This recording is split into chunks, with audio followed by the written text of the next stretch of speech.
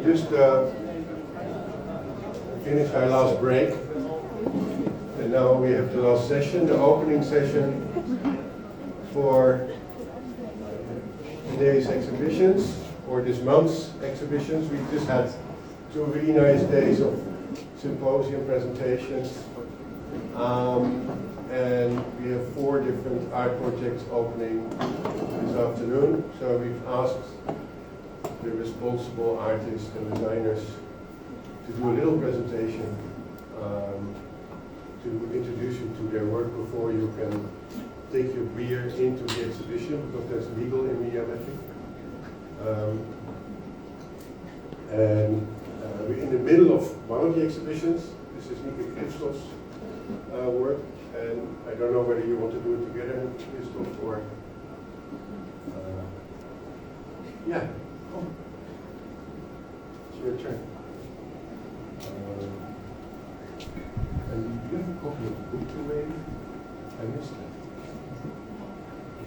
Because actually it's a book project. Yeah, so we spent 2 days exploring knotweed as an art medium, as a pest, as an inspiration, as a metaphor and symbol. And that's exactly also what some of the artists in the exhibitions are exploring. So that will give you all and many more the opportunity to get to know this work in the coming 2 months. I have 4 people that will do a little presentation. So first are Nick Boston and Christoph Franken from Belgium. Awesome. And please tell us a bit about your work. Just from free hands works better for me. So hello. Actually just did a presentation in the Symposium, so and I kind of feel a little bit talked out, but try to recharge ourselves. The shortest summary is fine. Shortest summary. As long as we know your faces. These are our faces. Try to remember them. So first off, maybe thank you, Mediamatic, for inviting us to show our work here. We actually created this book almost 2 years ago, I think. It's the result of a research project that Christoph and I did, which started actually at the beginning of the pandemic, which kind of influenced our project also. Actually definitely influenced our project. And the idea was not to create a book, or that was at least not the goal, but we saw this plant emerging in our environment, which kind of triggered it, our imagination. Like most of you had this feeling at some point. And it was actually Christoph. I was sitting at my desk, and it was actually Christoph. Small anecdote. It was actually Christoph who came to me and said, "Nick, I have something interesting to collaborate on." What? Do you know this plant, Japanese Knotweed? I was like, "No. I'll show it to you." So we went to this place where there's like close to our homes also. Yeah, it's that first picture there. It was actually the first picture Christoph took was kind of in the corner. So that one, I will get a closer look at later on. Was next to a parking lot, next to a busy highway, and it was like catching our attention there. It's very large, but that was our starting point. And our goal, because we are photographer, I'm a graphic design background, so we work in a very visual way, of course. The goal was to create these experiments of how can we, from our own practice, what we do already, kind of reimagine, maybe at the same time discover what this plant means for us in our environment, and at the same time to try to create many images which you see in the book, of course, to also communicate about this plant. So we worked a lot about the visuality of plants that we previously didn't know, and a lot of people around us don't even recognize. So that was one of these goals of these experiments, but we kind of freewheeled our way to it, very intuitive, find ways of translating the things that we see, the things that we experience, things that we feel also into visual images. And in the end, it seemed like a good idea to summarize it into a book, because it's also a way to get it out there, away from our computers or away from being present in our workshops or something like that, that only has relevance for us or maybe for academic community if we were to publish about it. And we noticed, well, actually the fact that it was in a book was a step towards getting it out here to Mediamatic and towards other people also, because the medium kind of gives a more weight to the experiments that we did. Maybe more serious. Oh, there's a book about Japanese knotweed. Wow, maybe it's important to look at this thing because somebody made the effort to make a book about this. That's how what we noticed, at least in our environment. So again, it's a collection of various different strategies that we took, visual strategies, to work around this topic of Japanese knotweed and visualize it and to communicate it to others. That is my freewheeling summary. Maybe you can add something. Yeah, thank you, Nick. I have small words to add. When we first interacted with Japanese knotweed, we were filled with fear because we were loaded up with all stigmas, bad stereotypes of Japanese knotweed through media, through everything we read. And the more we interacted with this plant, the more we seemed to love her, and we created more and more empathy for this plant. So for this, it's an invitation. When you see her outside Japanese knotweed, embrace her. Thank you so much.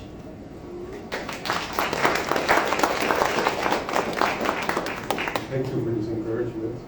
This is indeed something some of us need, also with caution, because it's not without problems, but it's not necessarily a terrible drama.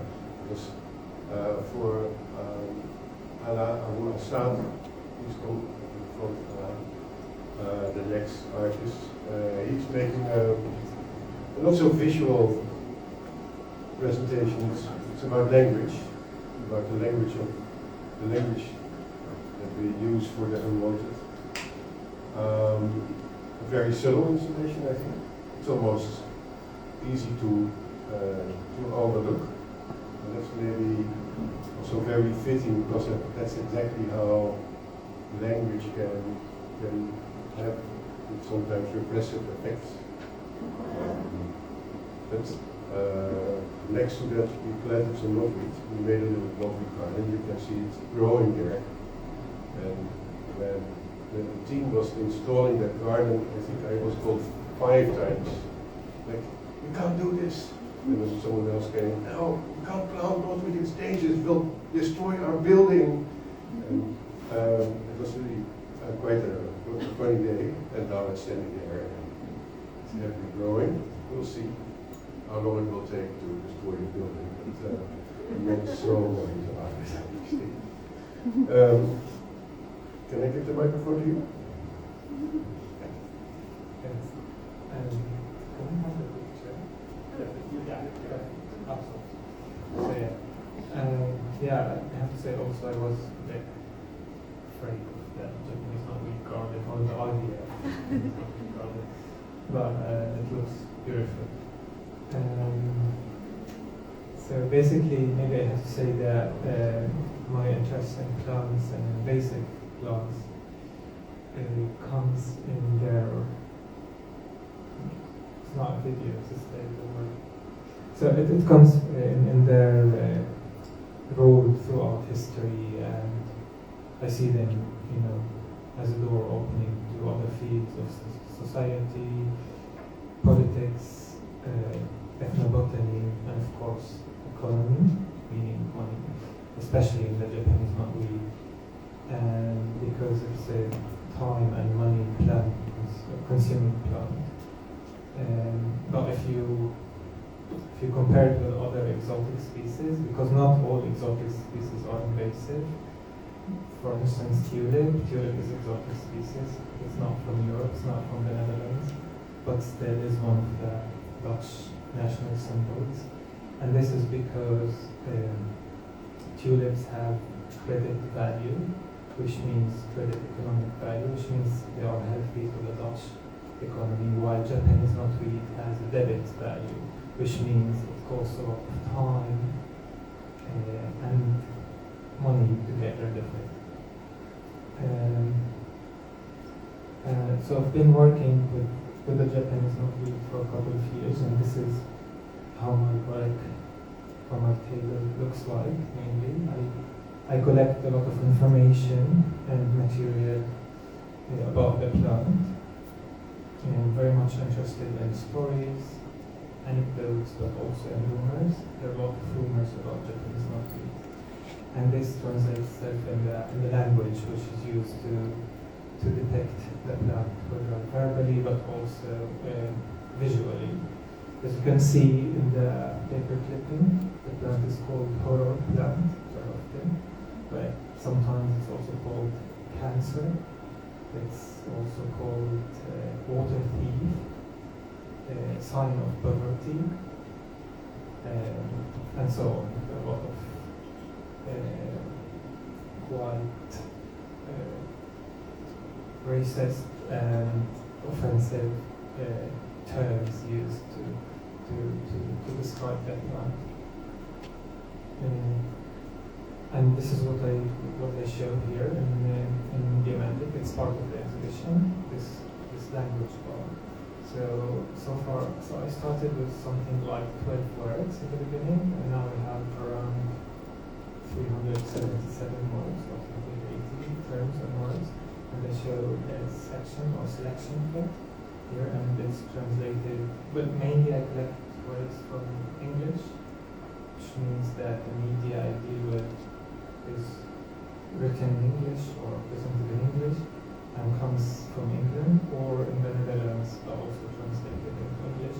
And here we also did an Arabic translation of the words, which was a bit challenging for me. Arabic is my mother tongue, but still to translate some words like binoculars, for instance, wasn't easy. I also look at ways and methods to deal with the Japanese knotweed problem, and the fascination or the insistence of finding one solution for the plant, which is quite absurd, because there's no one solution for the plant if it can cause a problem. And sometimes, or mainly, doing nothing is the best solution. And this, in a way, reflects how the society deals with its plants.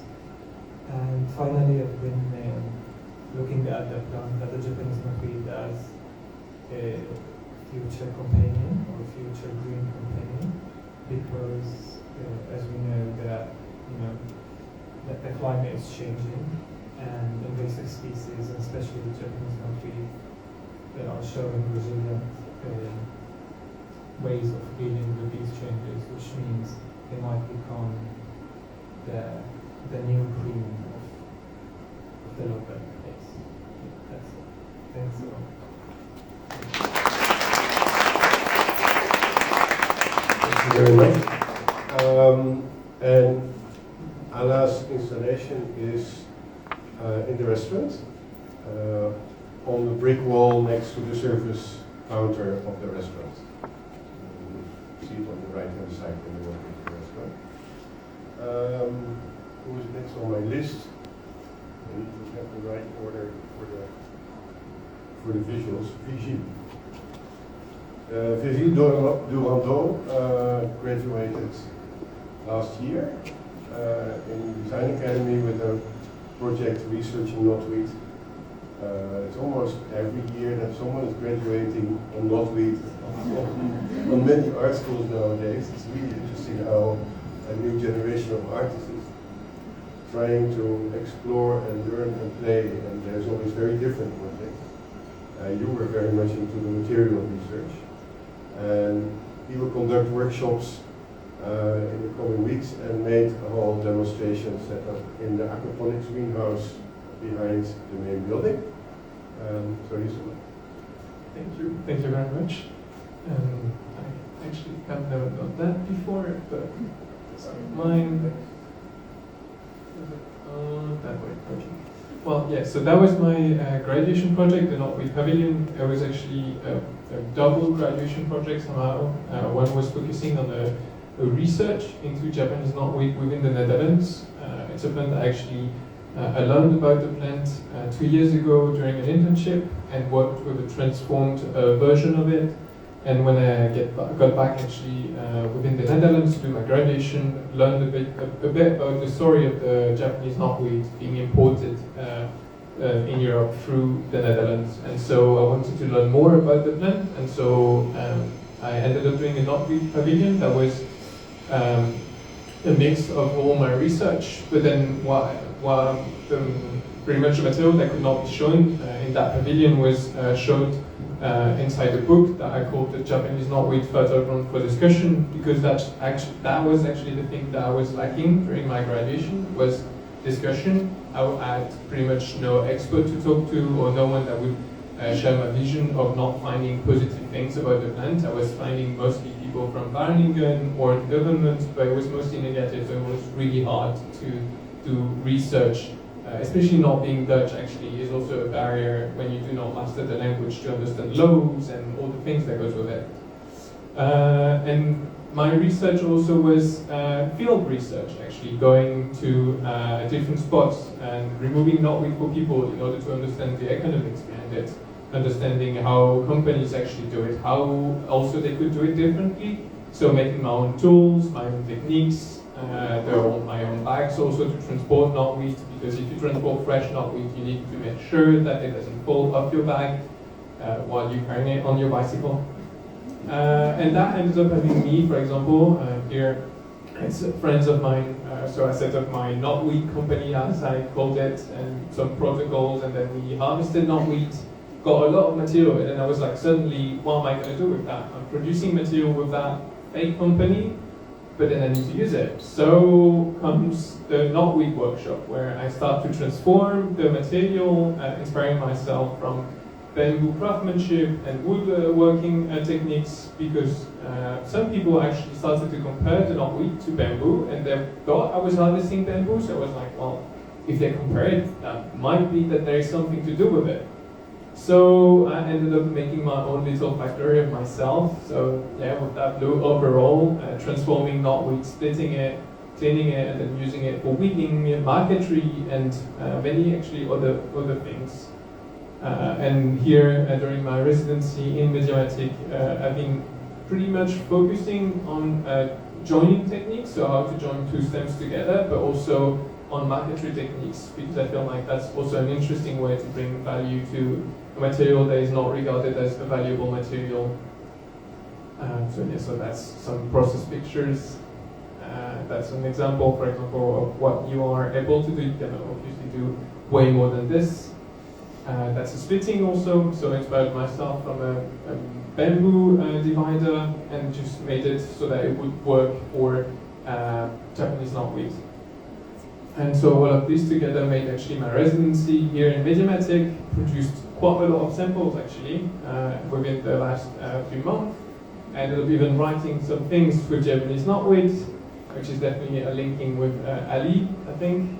And I ended up making, and here I don't have a picture, but I have a book. I ended up making a book that compiles all the data, the knowledge about that, because that was my problem when I did the graduation. It was not having enough knowledge and data to get started, and so I had to create my own tools and my own techniques, and so here I'm here again to share it. And yeah, that's it.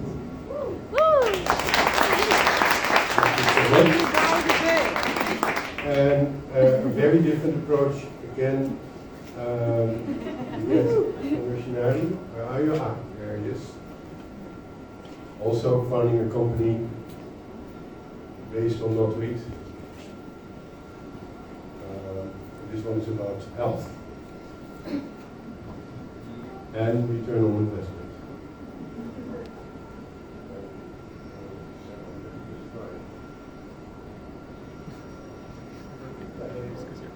Hey, thanks so much.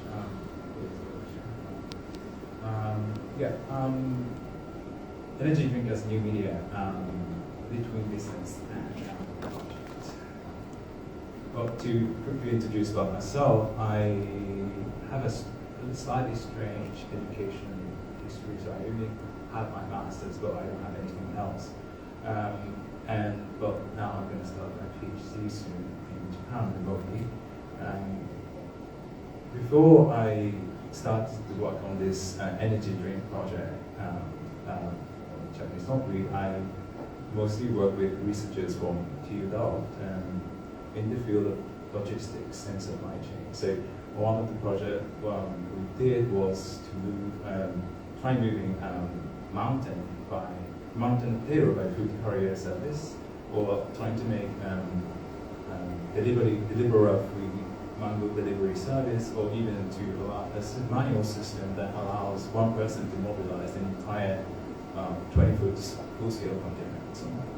And the reason why I got hooked into Japanese Knotweed is when I heard about unpolluted strains of this plant. And so normally, like working with invasive species, pollution is the biggest burden. And then I heard from my friend Ranger, who works for one of the water companies in the Netherlands. In their what they call water catchment areas, any plants that grows there basically is clean, and that also includes invasive plants. So that's like a form of clean waste can be achieved, and that's like a really interesting thing for me. And one drink, first of all, it's very potentially high margin. You can expect, so they can actually, if you have a lot of margin and can do sort of, I'll touch upon it later.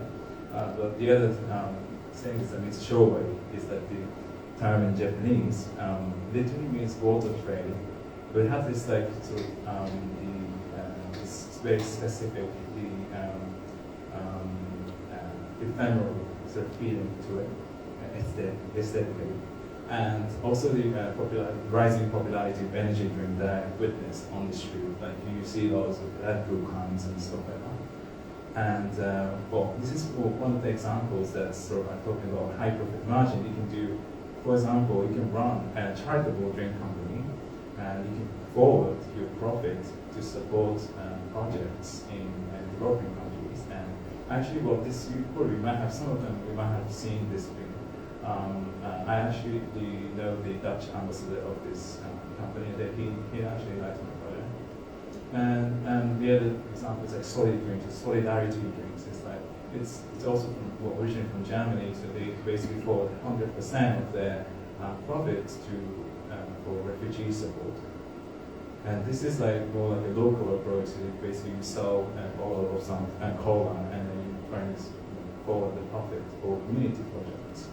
And this is a little bit of a different approach, but they work with, it's also in Germany, but they work with invasive Chinese mitten crabs, which is invasive, but at the same time, delicacy as well. So it's here we've witnessed another interesting concept called invasive delicacy, and they basically make extra out of it. And even more, the energy drink itself, it's quite open still. So you can sort of approach this energy aspect from different perspectives. And one of them, in Japan, they started to sell this energy drink called Chila. So it's shaped as a Red Bull sort of like shape, but it's actually made for relaxation. So this is my drink, ERO drink, which stands for energy return on investment. This is so this is my approach to energy. So basically, sort of, I'm trying to achieve high energy efficiency in the process of producing this drink. And this term originally came up by this American researcher. And actually, in my exhibition, you can also see some email dialogue exchange with this guy, and he actually calculated energy efficiency of my drink as well, as opposed to a normal kind of Coke. Anyway, yeah, and it also means romantic in Japanese and heroes in Italian language. So one of my approach to reduce or sort of keep this the energy consumption low is to keep it as a byproduct. So my main product, so to speak, is to offer water companies or nature conservation organizations to sort of control the plant, and that's my main product. And so I made all my effort trying to keep this green as a byproduct. And so one of the things I did to sort of reduce my footprint is basically to hitchhike, what I call. So I have a friend in Rotterdam who I'm based. He works for Evides, it's one of the water companies in the Netherlands. So he commutes to this water catchment area near the Belgian border on a weekly basis. So you can basically jump onto his car in the morning, and while he's working, he can do all the harvesting. And when he comes back, he can jump onto his car again, and so he can come back. And here you can find, I signed my own label. But it's in basic means non-agricultural, so we're not allowed to farm it, so it's automatically non-agricultural, and you can get unpolluted. So, and also I'm trying to sort of expand my supply chain a little bit by trying to sort of be more efficient in the way of sourcing. So I found out that this company called Verheij, based in Sweden, they work for 4 different water companies in the Netherlands. So this is where I kind of trying to show that this, the delivery is possible. So, for example, you see this knotweed that's actually cut by this. Normally, the farm product might have the person who grew, this thing, but this is just cut by this. I like this label aspect, and then you also get to this how to control knotweed manual things. This is how you sort of this is a tool that you can use, and you have to kind of slow down this blade into less than 5 kilometers per hour, so they won't spread any height and so on. And I also kind of trying to expand more supply chain goal, and started to work with Symposium or Mediamatic, and this is my contact person, Johan Verhoeven, senior agent. What's interesting about working with Symposium is that, all the plants that they have are automatically FSC certified. So it means that whether you want or not, just that also includes Japanese knotweed. So that you get something that is strange object, sustainable Japanese knotweed that you can also get. And so also invented some tools and trying to combine different digging and cutting tools together, and then sort of then started on juice making, first referring to this decade-old agriculture magazine article, and sort of this is like my normal sort of the knotweed sort of batch of the day from this water company. So it's about 15 kilos, and this is all my tools and process it through this strong juicer machine about 4 times and get this thick green liquid, and pour into this heat bottle and sort of solid out the ingredients that also make a serum, and then bottle the drink. That's kind of all about it. Actually, in the exhibition inside Mediamatic, you can bottle your own drink. But for this show, I specifically trying to make this Amsterdam edition of the drink. You then find out what it's all about when you actually get there. Thank you.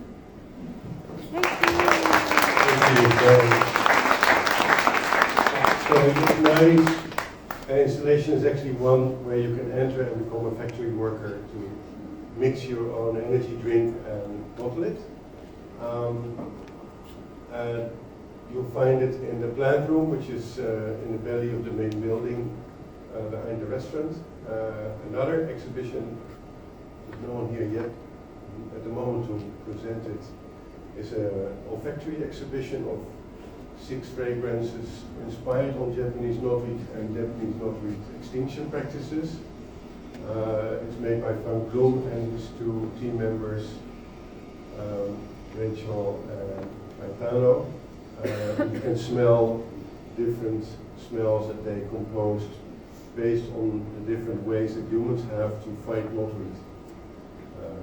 So we recommend it's very subtly present opposite to Yoshinari's exhibition. Good. This will all be together with a whole bunch of other program elements, book shows, workshops, coming to us in the coming weeks. Our festival ends with the Vrijheidsmaaltijd on Liberation Day, where we have a knotweed themed communal meal together. If you're interested, make sure you join. I think it will be more like lunchtime and dinner, but also keep an eye on the website. For the rest, I want to thank my colleagues for working so hard on all this together. There's a whole team. I can't name all the names, but the most important ones coordinating are, of course, my colleague Jans, and project managers Naomi, and Luc, and Emma, and Marcel for the communication, and Jip for the symposium. All worked very hard on this. So thank you, guys, and girls.